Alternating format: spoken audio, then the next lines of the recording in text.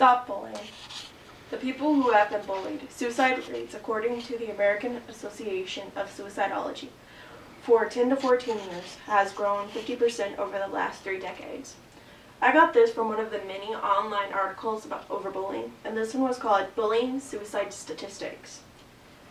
Everyone likes to joke around, but sometimes there is a fine line between kidding around and bullying. A girl was sitting at a table with her friends waiting for school to start. A girl from a higher grade told the younger girl to move. The girl from the higher grade ranted and raved until the younger girl had enough and left. The reasons for why people start bullying. These are the top 2 most ones, and they are social issues and family issues.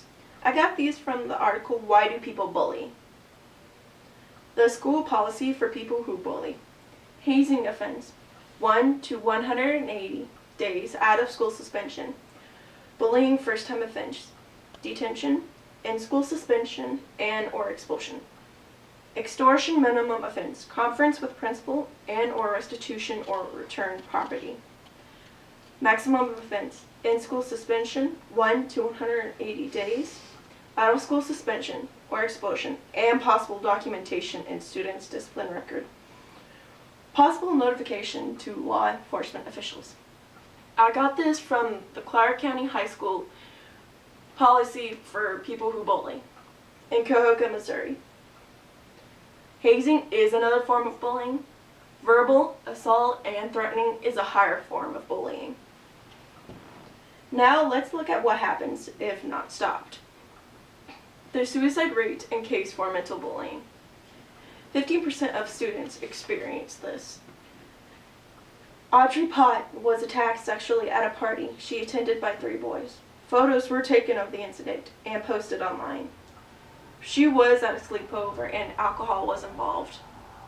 The girl hanged herself about 8 days after the incident. The photos were shared with classmates from Saratoga High School. She did not tell anyone about the attack or the incident. Her parents did not know about it until after her death. The suicide rate in case for physical bullying. On January 12, 2012, Amanda Diane Cummings, a 15-year-old Staten Island youth, jumped in front of a bus. She carried a note on her that stated that classmates were constantly teasing her and stealing her personal possessions. While she recovered in the hospital, classmates posted cruel comments on her Facebook page. 2.41% of victims of physical bullying. The suicide rate in case for verbal bullying. 1.15% of students have experienced this kind of bullying. A 15-year-old Connecticut boy, Bart Kozlov, took his life by shooting himself. His death is linked with many years of bullying at school and on social networks. He was a quiet boy that related better to adults than his peers. He was 6'3" tall and had a Polish accent, which made him a target for bullying. Incidents included boys in town calling him names, pushing him into bushes, and destroying his cell phone. The suicide rate in case for cyberbullying.